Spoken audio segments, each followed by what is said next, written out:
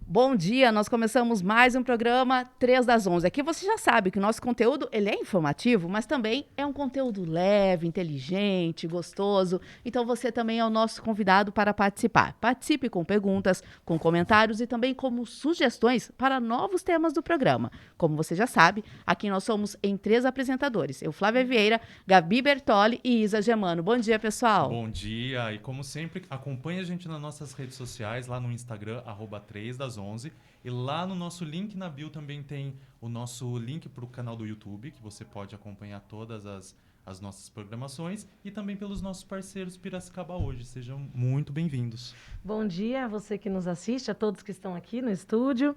Hoje nós vamos falar sobre o abuso em suas diferentes formas. O uso ilegítimo ou incorreto de alguma coisa, de algum poder, aquilo que é excessivo e prejudicial. E para isso convidamos o psicólogo, clínico e terapeuta sexual Luiz Xavier para o programa. Muito obrigada pela presença, seja bem-vindo. Obrigado, bom dia. Eu sempre, quando sou convidado a um tipo de programa como esse de vocês, para falar de tema de sexualidade, eu sempre tenho por princípio, de alguns anos, um idealismo de prestação de serviço como um trabalho preventivo, não remediativo. Remediativo a gente faz nas 4 paredes do consultório, mas eu espero poder atingir o objetivo de passar pelo menos uma informação científica, informação correta desses achismos que a gente vê na internet, essas consultas, os Dr. Google, né?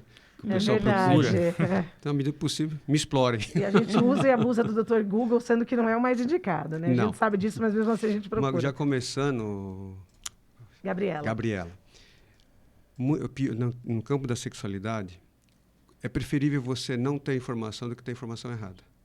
Porque a gente é fruto das nossas crenças. Você é fruto daquilo que você acredita, em tudo. Se você tem uma informação errada, você vai pautar a tua vida, o teu norte de vida é aquilo.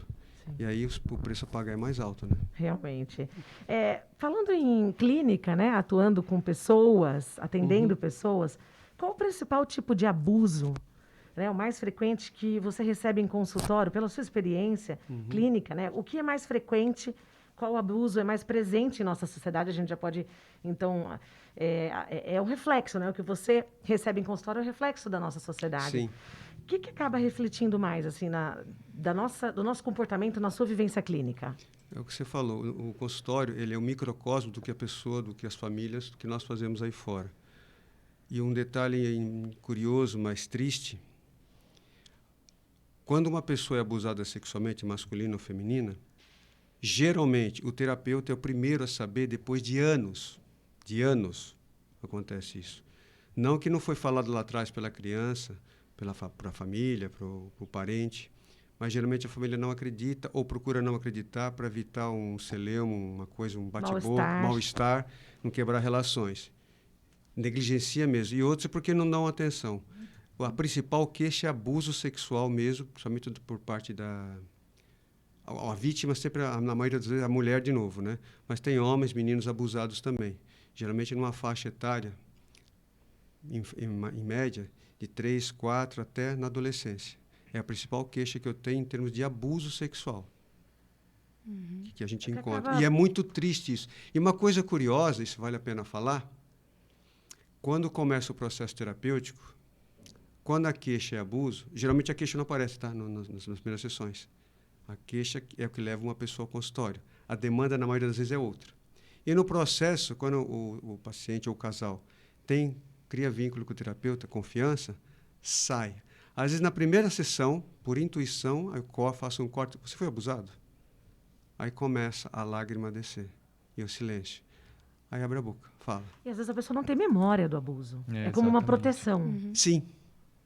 Fica numa penumbra, mais ou menos. Quando você vai no ponto e tem o caso, começa a entrar em contato. E o curioso que eu quero dizer, eu falo, a partir dessa sessão, tua vida começa a mudar em torno de 50%, se é que a gente pode quantificar, não é bem assim. E é verdade, porque ela compartilhou, a pessoa abusada compartilhou um fardo que ela carrega há anos. Às vezes nem a parceria sabe, o marido ou a esposa sabem do que aconteceu. Por que apareceu lá? Geralmente por uma disfunção sexual. Acho que vai estar até falando um pouco disso, as consequências, as sequelas.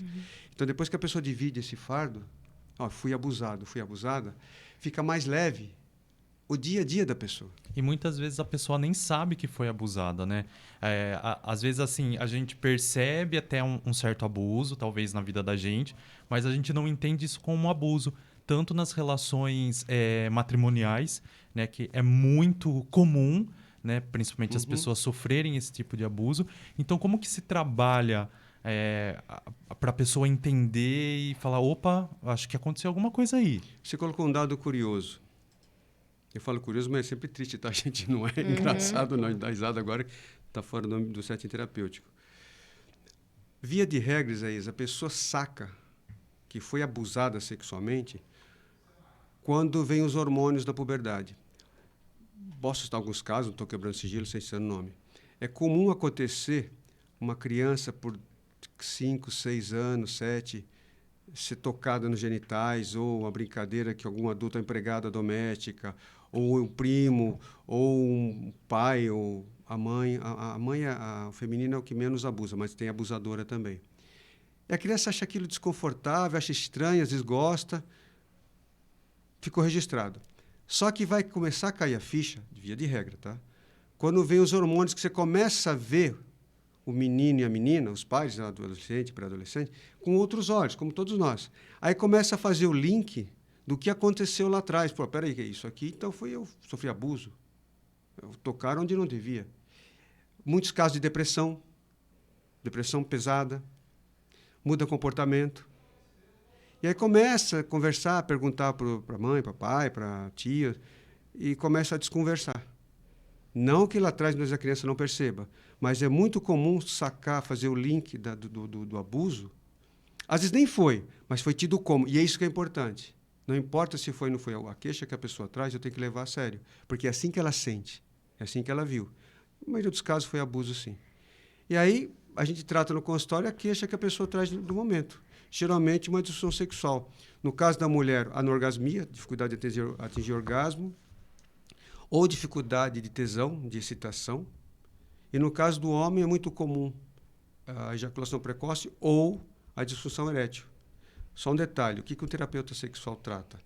Disfunção sexual de fundo emocional, que é em torno de 65%, 70% dos casos. A maioria dos casos de disfunção sexual de um casal, homem ou mulher, é de fundo emocional, não é orgânico. Aí não há necessidade de medicação para funcionar, mas às vezes precisa. Caso de ansiedade, caso de depressão. Mas essa questão que a gente discorre, aí você trata, você direciona e com muito tato. Porque, como você colocou, tocar numa dor do que aconteceu lá atrás, a pessoa está ali para isso, mas não é muito devagar. Porque o corpo tem memória emocional. Você disse uma coisa bem interessante, né? Que o abuso é de acordo com o que a pessoa de fato sente. A gente tem, às vezes, uma dificuldade, até antes, né, da gente começar aqui o programa, você falou que, de certa maneira, a gente recorre muito, né, ao Dr. Google. Hoje tem muitas pessoas, só porque eles são famosos ou se tornaram famosos e conhecidos, eles querem dar receita do que é vida sexual e a militância também com relação a abuso. Então, nada melhor que você, que é um especialista, na verdade, conseguir retratar pra gente o que realmente é um abuso. Porque hoje fala-se muito e eu percebo que há uma contradição muito grande nas falas, né? Quando eu consigo detectar realmente que é um abuso? Flávia, tem muita gente... Aqui não pode falar palavrão, não. Tem muita gente ditando regras, e são pessoas famosas, tem um certo nome, ela está por mérito que estudaram, que pesquisaram. Mas quando você começa a ditar regras, dizer o que é certo ou errado, você está passando valores morais seus, enquanto profissional. E a pessoa que está assistindo ou ouvindo pode se identificar com aquilo. É igual livro de autoajuda. Livro de autoajuda só ajuda o autor ou a livraria. É verdade, né? Então você se identifica, nossa, o cara está falando para mim, é minha vida aquilo. Legal, tenta mudar. Não é assim tão simples. Então a frustração aumenta. No caso de um abuso, a pessoa entra em contato e fica naquilo. E se vai seguir as regras do que a pessoa fala, você não consegue. Então, é preciso uma ajuda profissional, uma ajuda terapêutica, ainda mais nesses casos, para identificar realmente se foi abuso ou se não foi. O que é abuso sexual? Não há necessidade, sempre vem na cabeça das pessoas, que havia uma transa, penetração genital, anal ou sexo oral. Também, não é só isso abuso sexual. Abuso com criança, adolescente ou adulto. O abuso é você forçar uma pessoa até com constrangimento, de ver uma atitude sexual sua ou de terceiros, de você tendo um prazer mórbido de observar a criança tendo contato com a sexualidade, a criança ou outra pessoa, que ela não quer. Por exemplo, nós estamos aqui, eu forço um de vocês, a ficar pelada, a outra a ficar pelada e a criança vê. Ou eu tirar o meu genital para fora, ou baixar as calças, ou tocar na criança, mas não precisa tocar. Só de forçar uma pessoa a ter contato com a genitalidade, seja de longe ou tocando, O visual o mesmo. visual, ver cenas, isto é uma violência sexual, isso é um abuso sexual. Então, desmistifica essa ideia que é só contato físico ou com penetração.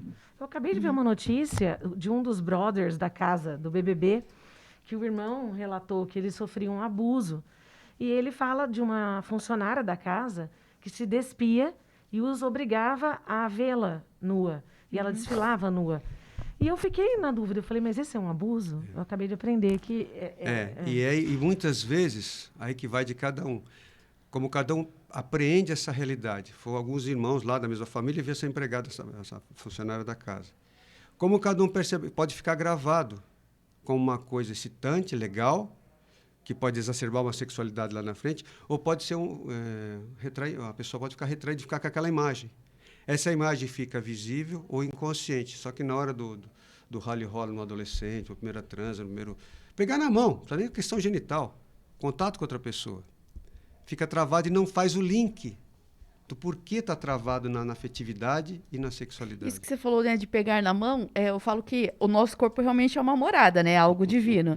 Daí tem gente que gosta de conversar com você, e abraça, e pega. E isso, dependendo da pessoa, eu confesso que me incomoda, que eu falo, não dei essa intimidade. Então, eu sou um tipo de pessoa que eu já mantenho uma certa distância para a pessoa não chegar, né, a invadir, né. E isso que você fala realmente é importante. Para mim, é um exagero, entende? Para você me abraçar, conversar comigo me abraçando, tocando, é realmente Então, se você tá eu lascada permitir. comigo, eu sou neto de italiano.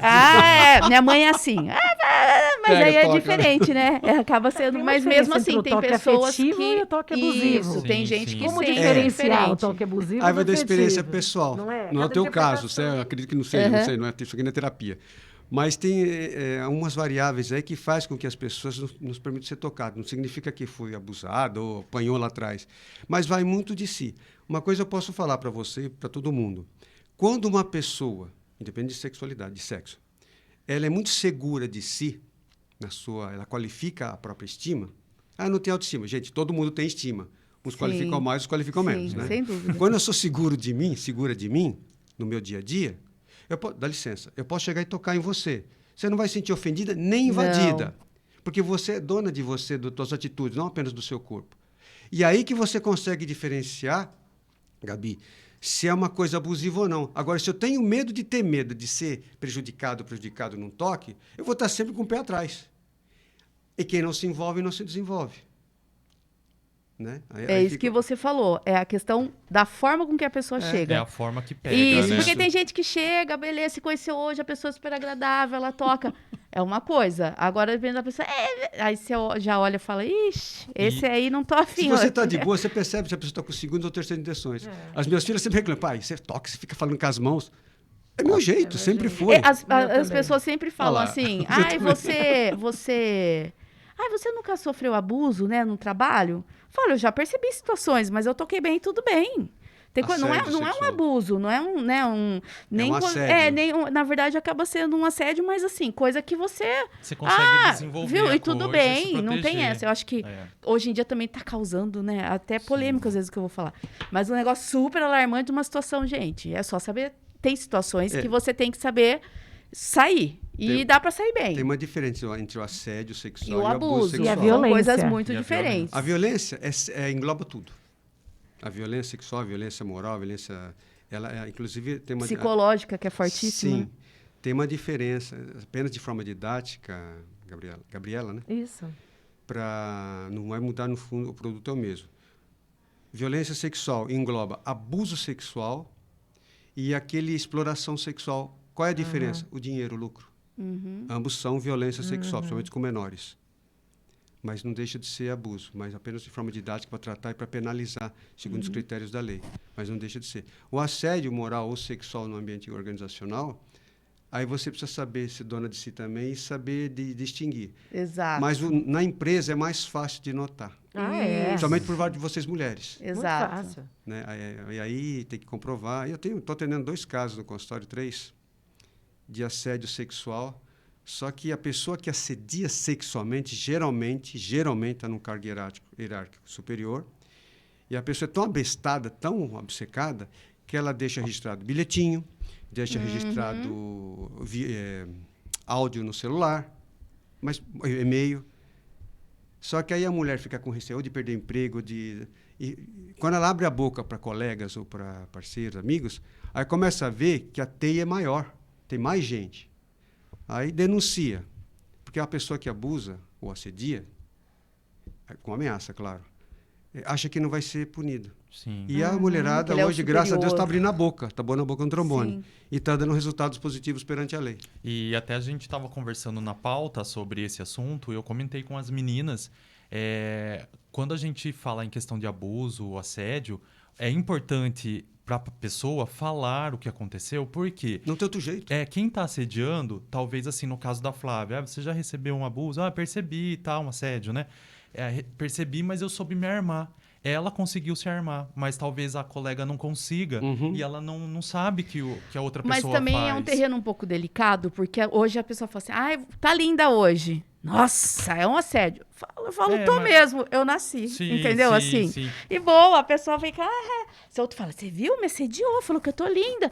Então, é a forma com que a pessoa porque se é vê. repetitivo, você percebe. Se é né? repetitivo, Então, você tem que saber se dosar, você fala, né? isso me ofendeu, chega a pessoa e fala, Sim. esse tipo de brincadeira ou de comentário, eu prefiro não. Sim, Agora, sim. tem coisas que é claro que são muito agressivas, né? Mas você percebe, porque o agressor, ele vai fazer com você, ele vai fazer com ela, ele vai fazer com a outra. Então, é uma E cadeia. sempre constrangimento e forçando a barra. Exato. Tem uma piada que roda aí na internet.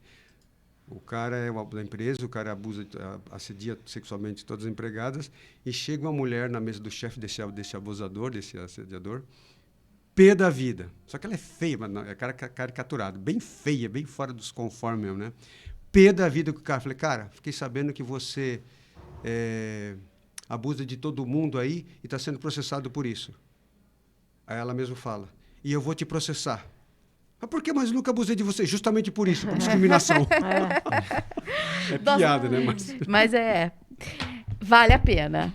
Nós temos aqui alguns quadros, entre eles o empreendedorismo, né? E eu trago aí alguns dados ou algumas informações referentes, é claro, ao mundo dos negócios. E interessante que temos livros, né? Cada vez mais está aumentando, livros falando aí sobre sexualidade. Então tem um lá, Sexo e Negócio, dizendo por que as mulheres ganham menos que os homens nos mesmos cargos.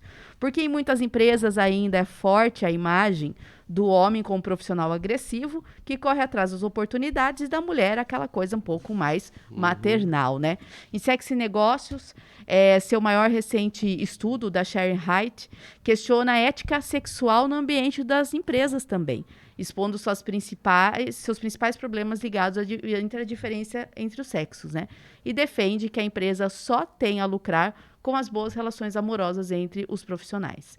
No âmbito de trabalho, os problemas são reais. Então, quase metade das mulheres, segundo os dados que o próprio livro traz, já sofreu algum assédio sexual no trabalho. Essa pesquisa também foi feita pelo LinkedIn. E ouviu 414 profissionais em todo o país. Aí a pesquisa foi de maneira online, onde 15% pediram demissão do trabalho após o assédio. E apenas 5% delas recorreram ao RH das empresas para reportar o caso. Isso mostra bastante a realidade da sua fala, né? Na verdade, às vezes, boa parte, são as mulheres que passam por essa questão do assédio. Ao invés delas buscarem uma ajuda, elas acabam saindo porque elas acreditam que pedindo a demissão acaba sendo a salvação de todo esse problema e não se reportam ao RH. Eu trabalhei em um lugar há algum tempo em que uma pessoa se sentiu realmente constrangida por um colega de trabalho. Ele chegava, abraçava, mas aquele abraço que eu falo que é um abraço diferente. Caloroso, tal. Ele tinha essa prática com boa parte de nós, mas ela se sentia muito mais incomodada. Isso foi levado ao cargo de gestor. O gestor disse simplesmente que isso é coisa de mulher, a mulher às vezes interpreta errado. E morreu o assunto, né? Hoje essa pessoa, ele não está mais na empresa, porque, enfim, teve uma oportunidade melhor, né, de trabalho, mas você entende, é um assunto sério que estava constrangendo, né, em especial essa minha colega, que foi levado para o cargo de direção, que é quem poderia resolver, e o assunto morre por aí. Então, eu acho que situações como essa talvez façam com que as mulheres recuem e não relatem o assédio, né? É aquilo que a gente comentou agora há pouco, a questão de autoestima. Quando uma pessoa, não é só mulher, quando uma pessoa ela é segura de si emocionalmente, ela é alfabetizada emocionalmente, o que ela está sentindo, na hora que está sentindo e por que está sentindo, dificilmente uma pessoa que tem um emocional equilibrado, alguém vai derrubar ela na vida. Você pode passar por problemas financeiros ou problemas de saúde, mas você levanta, você está qualificada na tua estima, no teu afeto e na tua emoção. Essa tua colega que pediu demissão, ela resolveu essa ação pontual, mas não resolveu o problema dela, de se colocar perante a vida. Quem pediu demissão foi ele. Ainda bem, porque ele arrumou outro Tudo bem, emprego. Ele pediu. Como um casamento, eu pedi a separação, pedi divórcio, mas o outro pediu. Mas eu estou com a dificuldade. Mas se o outro pediu, resolveu aquele problema, dá um alívio. Ela carrega a dificuldade com ela. Porque a vida vai dar um presta atenção de novo, até que a gente mude essa situação. Só que é uma questão bem cultural, em qualquer parte do planeta, principalmente nós aqui num país latino, sangue caliente, aquela coisa toda, numa cultura, uma comunidade patriarcal e machista. Aí reflete os salários, reflete no cargo. E a mulher não põe, não é assertiva. Mas por quê? Porque ela assume também, muitas vezes, numa relação não de tu para tu, de igual para igual, mas aqui, é como se o outro fosse o teto de crescimento. E ratifica o machismo. Profissional, sexual, esportivo, familiar, de amizade. Sem perceber. As mulheres que colocam, são senhoras de si, dificilmente alguém vai tripudiar em cima. Muito difícil. Não é só ambiente organizacional, em qualquer lugar. E você, para se colocar perante os outros, perante a vida, não precisa ser grossa, estúpida e mal educada, mas ser dura, ser assertiva, ser direta. Gente, isso também só acontece porque todo homem é um abestado emocional, comparativamente à mulher. Todo homem é medroso. Tanto é que se você executar, botar em prática a Lei Maria da Penha, o cara ferra. Ele morre de medo. O homem não gosta de ser ameaçado. Por isso ele levanta o braço e levanta a voz. Quanto mais insegura for uma pessoa, mais ele faz isso. Ele agride, para não se escutar e não se sentir. Emocionalmente, em comparação com o feminino, de forma geral, o homem é inseguro, é medroso. E o medo gera raiva. Uma pessoa agressiva é uma pessoa medrosa. Quer um exemplo? Homofóbico, uma pessoa homofóbica. Tem alguns autores, alguns estudiosos da sexualidade humana, que falam e eu pactuo disso, Conrado Caligari, que já faleceu, o Karnal, que todo homofóbico é um homossexual enrustido. Eu me divirto com isso. Uhum. Você é homossexual, eu sou homossexual. Eu sou assumido. Estou de boa. Você é homossexual, não sabe disso, é inconsciente, bem lá no porão mesmo, escondido. Nós somos amigos desde a infância. Um belo dia, você fica sabendo e fala, olha, eu sou uma pessoa, me descobri uma pessoa homoafetiva, que ninguém nasce homossexual, ninguém se torna, não é escolha, é outra história isso aí. Você tem um ódio mortal de mim a partir daquele dia, e eu nunca te fiz nada. Mas por quê? Se eu te perguntar por que, você não vai saber dizer, porque não é de Deus, porque não sei o que, é um monte de desculpa, frescura, falta do que fazer, falta de fé, nada a ver. Aí eu vou falar que você é uma homossexual enrustida, você parte a minha cara, eu não sou besta, não vou falar isso. Mas, no fundo, por que isso acontece? Eu me vejo homossexual. Você se vê aqui no espelho e você não está gostando do que você está vendo. Uhum. Só que não sabe disso. É aquela história da Branca de Neve e 7 anões. Sabe aquela história? Espelho, espelho meu, tem alguém mais bonito que eu. A bruxa, a madrasta, pergunta uma vez, pergunta a segunda, o espelho, tem sua besta, tem a Branca de Neve que é mais linda que você. Na terceira vez, ela pergunta, tem alguém mais bonito que eu? Tem, eu não falei para você, sua anta, que tem a Branca de Neve? O que ela faz? Ela regaça o espelho. Aí entra a história da maçã, né? Para acabar com a realidade. A realidade é essa. É essa. Ela não aguenta ver a realidade. Sim. Ela quer acabar com o espelho. É assim que nós fazemos, não só com sexualidade. Eu projeto o meu lixo no mundo exterior, que não cabe no meu conceito de identidade. Todos os aspectos. Sim. É verdade. Tem uma série, vou fazer essa indicação aqui, chama The Morning Show, na Apple TV. Nem todo mundo tem acesso. Quem tiver Apple tem, que precisa daquele ID lá da Apple. Que fala sobre abuso de poder, assédio sexual dentro de uma emissora de TV, pelo âncora do programa, né, do jornal, do principal jornal, né, das redes lá nos Estados Unidos. E, gente, as consequências catastróficas disso, como isso se mantém por 15 anos e muita gente não percebe, vai das percepções de cada um. Minha filha Cada acha uma que fantástico teve isso. caso com ele, sente de uma Isso que é maneira demais, No Brasil, a gente chama a prova do sofá, lembra disso? Isso, Teste é de isso sofá. mesmo. que vale a pena assistir, porque trata muito disso, assim, e é muito, como toda série, né? É envolvente, Bom, vou para a pergunta. A nudez dos pais dentro de casa, dos familiares, é prejudicial ou não? Esses dias eu li uma frase que dizia assim, a criança que presencia o ato sexual dos pais, aquele pai que vai lá e acaba transando, com a criança dormindo, achando que ela não está percebendo, que ela não está ouvindo, é tão ofensivo, tão prejudicial quanto um abuso. Gostaria que você comentasse sobre isso. Adorei essa pergunta. Toda vez que a gente vai dar palestra, bate-papo em CIPATs, em workshops, ou entrevistas como essa, tem duas perguntas básicas. Uma é essa daí, que os pais fazem. Até que ponto, até que data, até quando eu posso andar pelado dentro de casa? Não tem data para terminar isso. Vai depender. Você pode andar pelado, você está velho lá, com neto, você pode andar dentro de casa. Desde que, pro adulto, a sexualidade é natural. Se você lidar bem com a própria sexualidade e com a sua parceria, quando fala parceria, pode ser homoafetiva ou heteroafetiva, pouco importa. Se o adulto lidar bem com a própria sexualidade, a criança vai lidar muito bem com a própria sexualidade. Porque a criança aprende copiando modelos, não é só o que eu falo diretamente para ela, ensinamento moral, religioso, espiritual, matemático, nada. Ela copia comportamentos, modelos de comportamento, não só dos pais, principalmente. Influencia mais os irmãos mais velhos do que os próprios pais. Então, se for natural, você pode andar pelado, tomar banho junto, tranquilo. Minhas crianças vão ser peladas que nem eu. Sou a vizinha pelada. Tranquilo. Uma menos do meu consultório para tratar de disfunção sexual. Eu sempre falo isso aqui. Quer ver um exemplo que aconteceu? Isso eu posso falar, tranquilo? Estava com medo que não pudesse. Eu tenho duas filhas. Hoje vão fazer 22 e outra 18. Quando a mais nova, pequenininha, ela devia ter seus 3, 4 anos, a gente sempre tomou banho junto, eu e minha ex-esposa, era sempre tranquilo nessa parte. E um dia, sempre tem sua primeira vez, né? O que a criança olha em você, qualquer criança, quando você está pelada? As mamas na mulher, o pubis, a vagina, né? E o pubis masculino, o pênis. É lógico que ela vai, que algum está acostumado a ver, e vai pegar. Se você está acostumado, como a gente sempre foi acostumado, elas não pegavam, já olhavam e tal. E um dia eu estava tomando banho com ela. Papai, faz xixi em mim? O que é fazer xixi? É a água que corre do teu corpo, e no meu caso do pênis, caía. Então ela ficava lá fazendo chuveirinha, torneirinha. Faz xixi em mim? Falei, tá bom. Ficou lá, ficou brincando. Aí ela quis puxar a torneirinha, né? Falei, filha, isso aí é borracha, isso dói, isso machuca o papai. Ela começou a rir. Mas eu não fiquei constrangido. Foram 2, 3 banhos, nunca mais. Nunca mais. Por quê? A curiosidade se foi. Isso, matou a curiosidade em loco, não foi buscar fora na casa do amiguinho.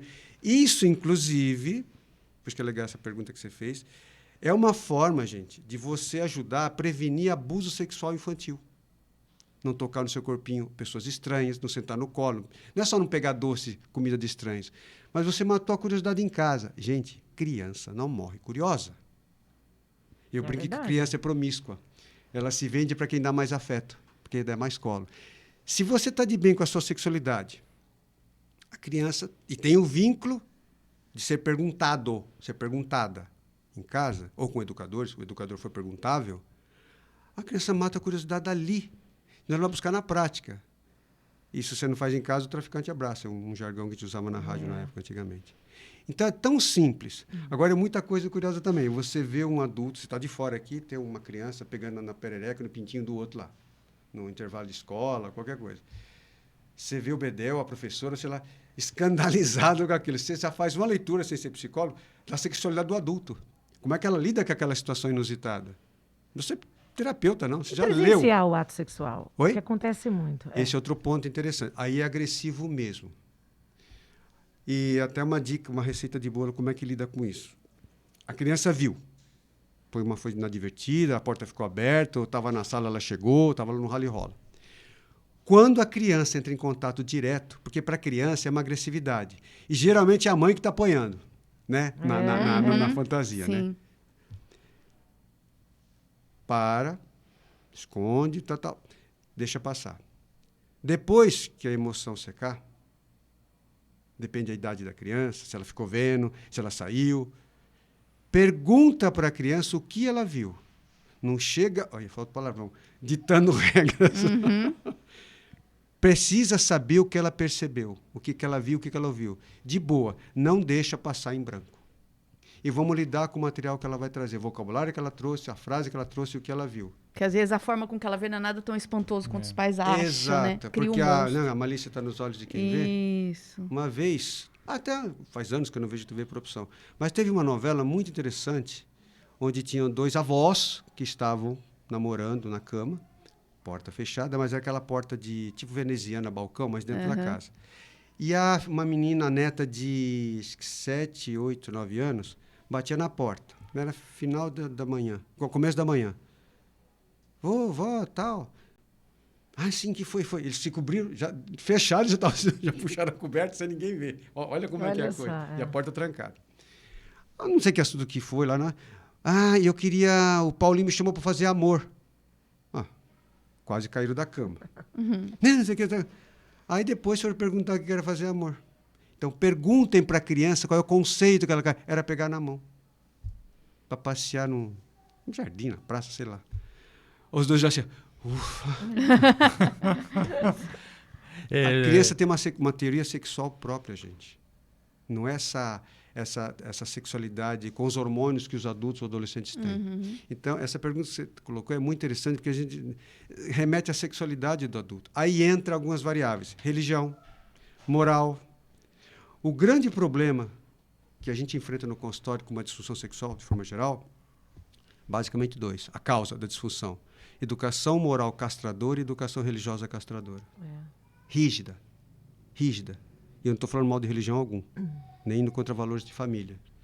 Mas no campo da sexualidade humana faz um estrago, faz um rombo. Nem Mato Grosso deu uma entrevista linda sobre isso, Nada é Pecado, por uma revista que agora eu não lembro, ele fala muito da religião. Exatamente. A gente fala muito da questão assim do abusador, né? Aquele que abusa, aquele que comete. Eu, às vezes, eu faço uma leitura das pessoas, eu estudo bastante as pessoas, né? E muito eu percebo que alguns dos abusadores não sabem que estão abusando, né? Então, acho que a gente tem a questão cultural, social, tem muita coisa introjetada aí no ser que muitas vezes ele não sabe que está sendo um abusador. E como que a gente consegue trabalhar a cabeça de uma pessoa assim? Isaías, eu vou questionar uma parte dessa tua colocação, ainda mais um de hoje que a gente acessa tudo quanto é tipo de informação pelas mídias, pelo jornal, revista e tal.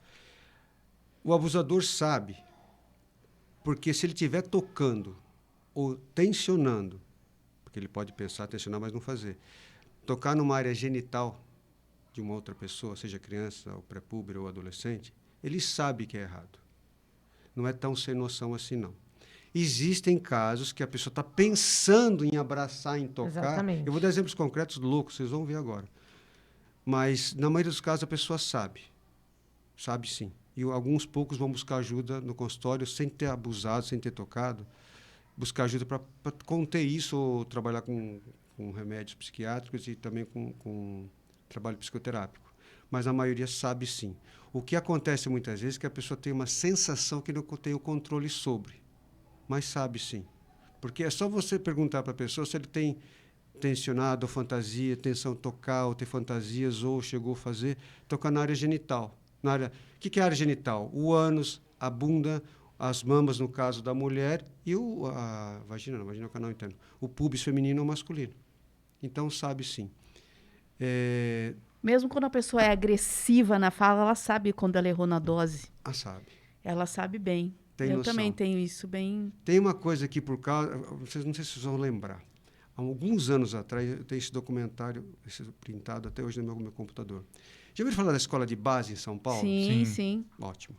O pessoal talvez não lembre, mas era uma escola de educação infantil, onde uma criança chegou em casa num dia qualquer, chegou para a mãe e disse que a professora, ou professor, não sei, professora, tocou nas partes íntimas dela.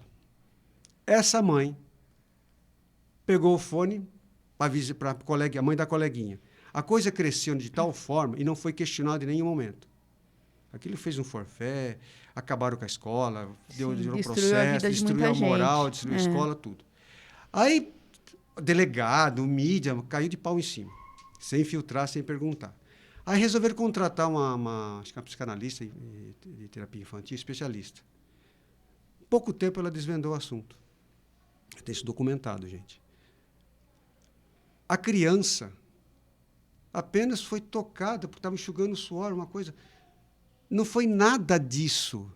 Nada disso. O adulto não filtrou a fala e passou para frente e aumentou. Acabaram. Anos depois, eles ganharam na justiça. Eram 3 ou 4 sócios. Um estava falecido já. E eu lembro o valor. Eram 300 mil reais. O cara falou, o que eu vou fazer com 100 mil cada um? Com a nossa moral, Ele já nossa perdeu escola? o que ele mais tinha Entrou de em valor, depressão. né? Sim, acabou tudo. Aí ela coloca, foi onde eu tirei como aprendizado. Toda criança tem material sexual próprio. E o que aconteceu de lá para cá que a gente vem observando, que eu falei que é louco? Pais masculinos, com filhas ou com filhos, com bruta de um receio de colocar a criança no colo e fazer um carinho, acolher o próprio filho, a própria filha, achando que estava abusando, estaria abusando. O próprio pai, não é nem vendo o pai fazendo isso com o próprio filho, ficou numa noia durante anos, com receio de fazer um carinho. Se perde o afeto, né? É. E pior ainda, ali outra informação, o homem muitas vezes tem ereção espontânea, não é aquela coisa erótica. Coloca uma filha, um filho no colo e tem ereção, estou abusando da minha filha e do meu filho. Gente, isso é loucura. Olha onde a gente foi. Qual é a história de pandemia aí? Essa noia, a paranoia do medo, o medo de ter medo. É a mesma coisa. Então, a gente chega num absurdo, que a gente falava no começo do programa, por falta de informação ou com informação errada. Muito bom. Gabi vai entrar com o encurralado, mas antes eu só gostaria, já que falou de filhos, emendar uma pergunta, né? Como a gente trabalha essa questão com os filhos, que eu acho que é sempre mais difícil, porque hoje se fala muito, né, do próprio empoderamento, da importância de tudo isso, mas diante disso dos abusos, da mesma maneira que tem uma fala que diz que a gente tem que tomar cuidado, outros falam, não, tudo pode porque tudo é livre, e aí quando é a parte sexual, a gente sabe que é sempre muito mais preocupante, né? Isso Todos tudo os é assuntos podem, livre. sexo não. É. E como a gente trabalha isso com os filhos? Flávia, vou começar por uma palavra que doeu no meu ouvido. Tomar cuidado. Ó, toma cuidado, toma cuidado. Tomar cuidado é ambíguo, não informa nada, principalmente com o adolescente. Ah, toma cuidado, filha, toma cuidado, filho. Pai e mãe falam isso por desencargo de consciência. Com criança e com adolescente, não fale tomar cuidado. Se eu falar para vocês, se vocês falarem para mim, eu já sei, tem uma certa noção de vida. O que é tomar cuidado? Tem que desenhar para criança e para adolescente. Não vai em tal lugar, use camisinha, não beba isso, cuidado, não beba no copo dos outros, fica com sua garrafa na mão, fica com o teu copo na mão. Desenha. Falar claramente. Claramente. Tomar cuidado não adianta nada. E é Só muita coisa, né? o leque é amplo, não dá. Com criança em questão de sexualidade, a gente falou até um pouco aqui.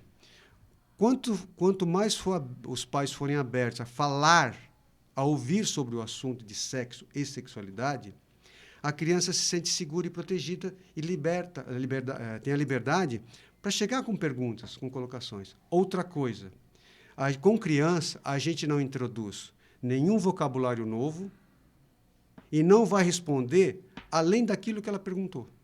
Perfeito. Ah, é periquita, é pepeca, é buceta. Criança não fala isso, adolescente fala. Não vai querer ser pai moderninho, mãe moderninha e falar. E também não vai... aqui é periquita, capa de fusca, é luneta, que a gente escuta. Usa o vocabulário da criança e só responde aquilo que ela perguntar. Não vai ser uma enciclopédia ambulante. A criança vaza. Quando a criança não se sente satisfeita na resposta, ela vaza. E outra, respondeu aquilo? Mas precisa falar isso aqui também, deixa. A vida vai mostrar sinais também, Não é o momento dela. Né? Não é o momento dela. Então, fique à vontade. Agora, se você não se sente à vontade com a pergunta dos teus filhos, não importa a idade, vai buscar ajuda profissional ou um casal que seja mente aberta. psicólogo, seja um médico, pediatra, para passar uma informação correta. Mas a criança não morre curiosa. Ela vai buscar a resposta, que seja dentro de casa. Daí a importância de a gente não passar valores morais do profissional do que é certo e errado. A gente não faz isso no consultório nem em palestras. Vamos supor que eu seja homossexual. Qual é o problema? Mas eu não vou fazer apologia da hetero ou da homossexualidade. Não vou dizer o que é certo e errado. Vou abrir um campo aberto de discussão. E esse é o grande erro. Entendo que eu vou falar agora, não sou a favor de política, de partido, de candidato nenhum. Que vem acontecendo de alguns anos para cá, que tiraram a educação sexual continuada das escolas. Então, a escola é um campo fértil de discussão, principalmente para criança e adolescente. Que eles Para eles sentem à conversar, vontade, não vai né? dizer o que é certo e errado. Ah, mas vai falar de sexo, sexualidade, vai incentivar minha filha a transar. Vai mostrar camisinha, vai ensinar a menina. Mentira! Nós fizemos levantamento, quando eu era membro da SBRASH, da Sociedade Brasileira de Estudos em Sexualidade Humana, que quanto mais você passa informação de sexo e sexualidade para os seus filhos, eles atrasam em até 2 anos o início da vida sexual. Óbvio, né? Você não vai buscar a resposta na prática. Você já tem a informação. Não tem aquela ansiedade de ver como é que é. Porque o adolescente morre de vontade de transar e morre de medo ao mesmo tempo, né? Então, as primeiras testes do adolescente é uma melda. É uma coisa verdade. fugaz, fugidia. E aí não previne, não ensina a criança a não se proteger de um assédio, de um abuso sexual. Nem o adolescente. Obrigada. Nós temos um quadro aqui que é o Encurralado, e às vezes eu trago assuntos que nada tem a ver com a temática do dia. Esse tem um pouco, mas eu quis aproveitar a sua presença aqui. Vamos lá. Sobre a opinião, né? A opinião de todos nós aqui a respeito. A lista de exigências de Albert Einstein para salvar o seu casamento. Eu trouxe aqui da super interessante. Ele casou-se com Mileva Maric em 1896 e tal. Eles cursaram juntos a Universidade Politécnica de Zurique. Eles se davam muito bem, super apaixonados, trocavam correspondências e tal. Mas a paixão não foi eterna. Eis que aqui uma lista elaborada pelo físico alemão, direcionada à esposa na época, os dois já estavam casados. Cabe a você fazer com que minha roupa esteja sempre limpa e em ordem, eu receba minhas 3 refeições normalmente em meus aposentos, meu quarto e meu escritório estejam sempre bem arrumados e, principalmente, que minha escrivaninha seja usada apenas por mim. Você se absterá de quaisquer relações pessoais comigo, a menos que sejam absolutamente necessárias por motivos sociais. Sobretudo, você abrirá mão de minha companhia em casa, sair ou viajar comigo. Você observará os seguintes pontos em suas relações comigo. Não esperará nenhuma intimidade de minha parte, nem me repreenderá de forma alguma. Vai parar de falar comigo quando eu lhe pedir.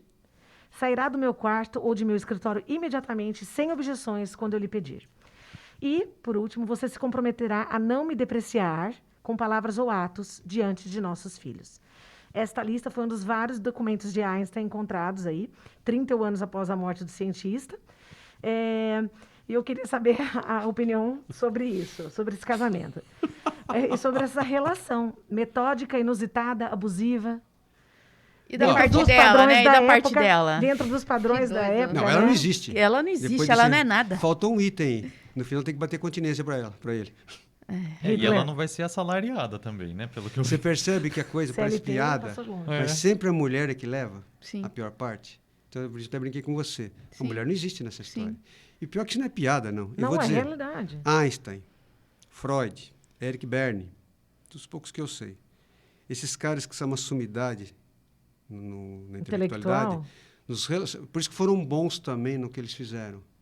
Mas as relações sexoafetivas eram um desastre, só que isso não é publicado. E infelizmente, isso é verdade. Freud também tinha uma complicação com a parceria dele. O Berne, que foi criador, o Eric Berne, que foi criador da análise transacional, que é a corrente teórica que eu atuo no consultório. O Einstein já sabia dessas histórias, sim. É bem desse jeito. E outros famosos também. Não tira o mérito da ciência deles. Mas as relações sexoafetivas interpessoais é um desastre. É um desastre mesmo. Mas não é publicado por quê? Para manter o nome. Para ficar só com a parte boa. Todo mundo erra, gente. Não tem nem o que comentar, gastar verbo com isso. É um absurdo. Obviamente que você jamais colaria no mundo de hoje. Nossa, apesar que tem relacionamentos, hoje nós damos o nome de abusivo, ou de bullying, sei lá, desse jeito. Tem sim, eu Tem acho que sim. tem sim. E não denunciam. e não denunciam. E além disso, violência física. O que aconteceu nessa quarentena forçada de 2 anos para cá. Quando tudo foi fechado em março do ano passado, vários casos de abuso físico. Aí, como é que você vai entrar com medida protetiva se você não pode sair de casa? Foi uma coisa muito pesada, muito delicada de lidar com isso, com o marido, parceiros, espancando as esposas, E parceiros. os homens também não podiam ser presos, da mesma maneira, a Eu tenho pessoa aqui uma alimentícia pergunta. não podia Vocês ser conhecem presa. algum casamento, claro que guardadas as devidas proporções, nós estamos falando de outro século, mas que se assemelham, que vocês saibam de perto? Eu acho que o casamento dos meus pais, basicamente, foi nesse padrão aí. Até a minha mãe se tocar de que, opa, peraí, eu também existo, porque ela fazia tudo para servir a casa, servir o meu pai, servir a gente, e ela ficando, e ela ficando. E é aquela coisa que a gente traz até hoje, né? A Amélia que era mulher de verdade. Então, você tem uma comparação da Amélia, né? Que era aquela mulher sem vaidade, que servia, que fazia tudo. E qual é a diferença da outra mulher que quer ter a independência dela, ela tem a segurança sexual dela, ela pode dizer não ou sim. Então, a gente tá com isso daí muito próximo. Você me lembrou de uma coisa da Amélia, das vontades próprias da mulher. Hoje, os homens, de forma geral, estão desbussolados. Estão sem norte a seguir no relacionamento. Por quê? Graças à mulherada. Se pegar da década de 60 para cá, lembra a história da queima de sutiãs, e a pílula contraceptiva, anticoncepcional. Então, a mulher foi pegando a sua independência. Hoje, basicamente, 3 situações fez o homem despirocar nos relacionamentos. A mulher não precisa do dinheiro do homem, vocês são independentes, autossustento, que antigamente era o patrão, era o dono da casa, e a dona da casa, conceito diferente, né? O chefe de família.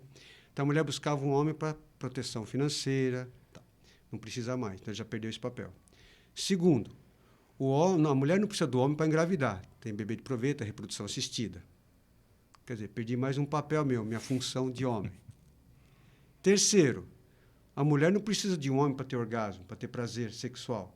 Ela tem outra mulher, ela tem um sexo casual, ela tem vibrador, tem extintor, Tem tem os tudo isso aí. brinquedinhos e Tem tá os tudo brinquedinhos. certo. Qual é o papel do homem novo?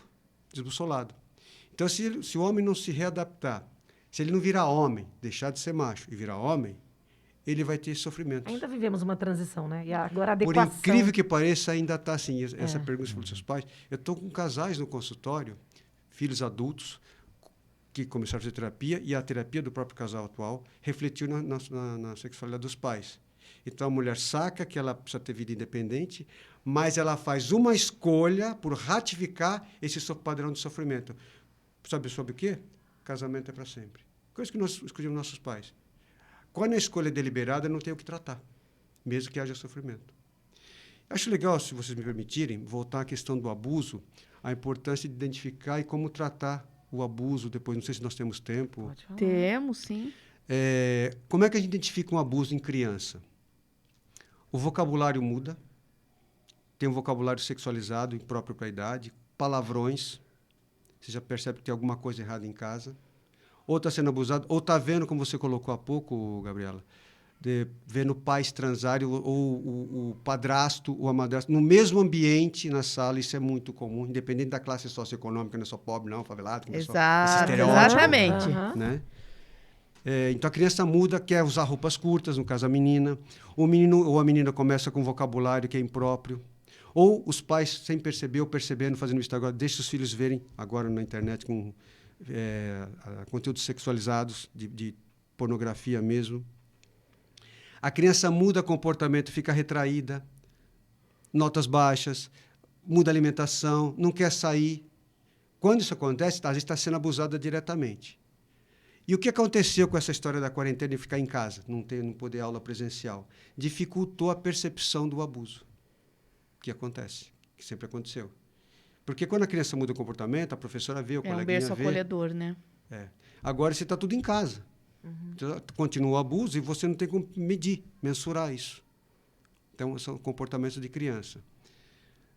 Na fase adulta, jovem, adulta, você percebe aquilo que nós falamos nesse programa. Quando a pessoa foi abusada, vai ter sequelas no exercício da sexualidade. Ou medo, ou não tem orgasmo. No caso da mulher, doutora, eu cumpro meu papel de esposa. Eu já sei o que está querendo dizer, mas eu forço, entre aspas. O que é cumprir o papel de esposa? Como se eu não entendesse. Até que a pessoa consiga falar e se ouvir a palavra sexo, transar, penetração, para ver que é natural.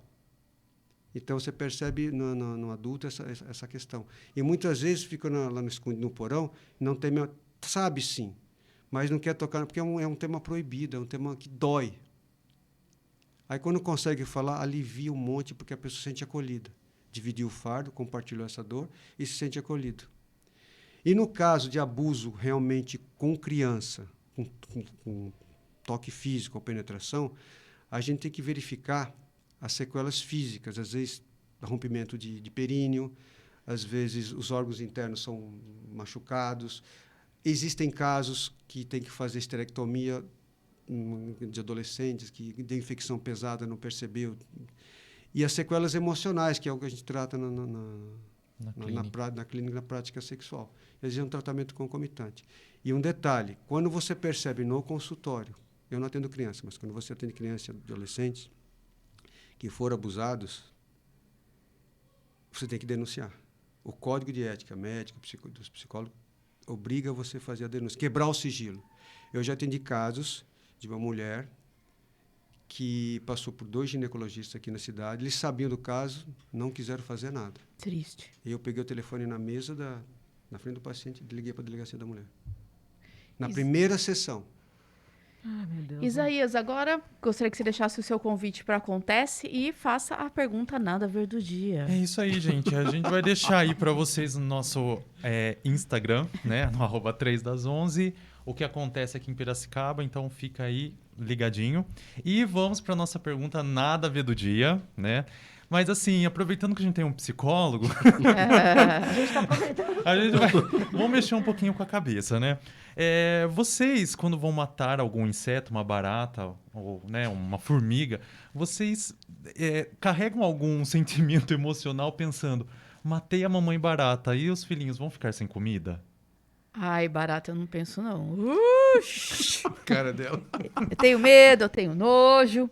Mato. Mas você nunca pensou que podia ser mamãe barata levando comida para seus filhinhos? Não, eu penso nas formiguinhas, na abelha, isso daí eu nem mato, A entendeu? barata Não, é porque a barata pra mim é uma coisa nojenta, assim. Mas eu penso, putz, se ela tá ali, ela tem uma função, né, doutor? É óbvio. Ela é importante. Só que naquele momento não, é difícil que é algo que você toca, entendeu? Vamos tocar.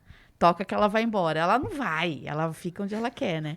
Daí a barata, pra mim, é complexo. Eu acho que a gente sente, sim. Eu sinto um pouquinho. Falo, nossa, é um ser vivo, tal, né? Ele tem uma história aí. Vai deixar os E uma filhinhos lá em importância. casa. Como eu falo, tem uma importância, tem uma né? importância, mas mato, né? Mata, né? Mato a barata. E eu não tenho nojo de barata.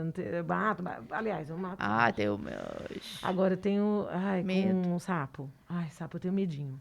Ah, eu nunca matei sapo, assim. Não, nem eu. Eu tenho medinho. E o doutor? Viu? Olha, a barata tem uma função, né? A função da barata é mostrar que tua casa está suja. Não é outra coisa. Porque ela está no local inadequado. Matar... É ruim demais. É a melhor coisa. Mas- O que a gente escuta não é medo Mas- de barata, é fobia. Tem uma diferença entre fobia e medo. É aquele cleque que você... Ai, cleque, olha lá, tá vendo? Ou aquela pasta branca que sai. É sai. nojento e tal. É nojento, é nocivo porque traz bactéria, porque ela anda nos alimentos. É para matar, ou esterilizar, ou botar aqueles spray que mata tudo. Mas a sinalização está mostrando que tem resto de comida. Ela não pega comida grande, coisa que a gente não vê. Então, a função dela é mostrar que a casa está suja, precisa limpar. Agora, qual é a diferença de fobia e medo? Ah, eu tenho medo de barata. Não, você tem fobia. Medo é uma coisa concreta. O medo é bom, gente. O medo protege. A função da emoção medo é proteção. Você conta de 1 a 10, você evita enfiar o pé na jaca, você evita lá dos lugares. O que a barata te fez? Nada. Tem medo de barata, tem Mas pavor de imagina ela barata. aqui, ó, doutor. Mas a imaginação é a louca da casa. Aí é outra história. Já criou um filme de curta-metragem. Como eu imagino o sapo Ah lá. esguichando aquele veneno que nem todos têm, é um na face da terra, que eu penso aquilo, que fez isso, meu cachorro ficou cego por causa disso. Eu perdi um cachorro por causa disso. Então o sapo realmente tem uma história. Então é fobia que eu tenho. A fobia é alguma coisa é algo irracional. É um medo irracional. Tá. Por quê? Nunca te fez nada. Verdade. Vamos supor, o sapo fez você... Aí é um medo Não é fobia. É um medo vivido, né? Fobia é o medo irracional. O medo que não tem fundamento na realidade. Eu tenho medo de andar de bicicleta. Você nunca andou? Andei e caí. Tá, então não é medo, não é fobia. Então a fobia é passível de tratamento. Assim como o medo exagerado que te impede de realizar as atividades da vida diária é passível de tratamento. Certo. Só essa diferença. Agora, barata é para tirar longe de casa, ela vai para o canto dela. Porque ela traz mais coisas junto. Por exemplo, ela traz escorpião. Sim, Que é o alimento tão próximos de barata. ali, né? Meu Deus do céu.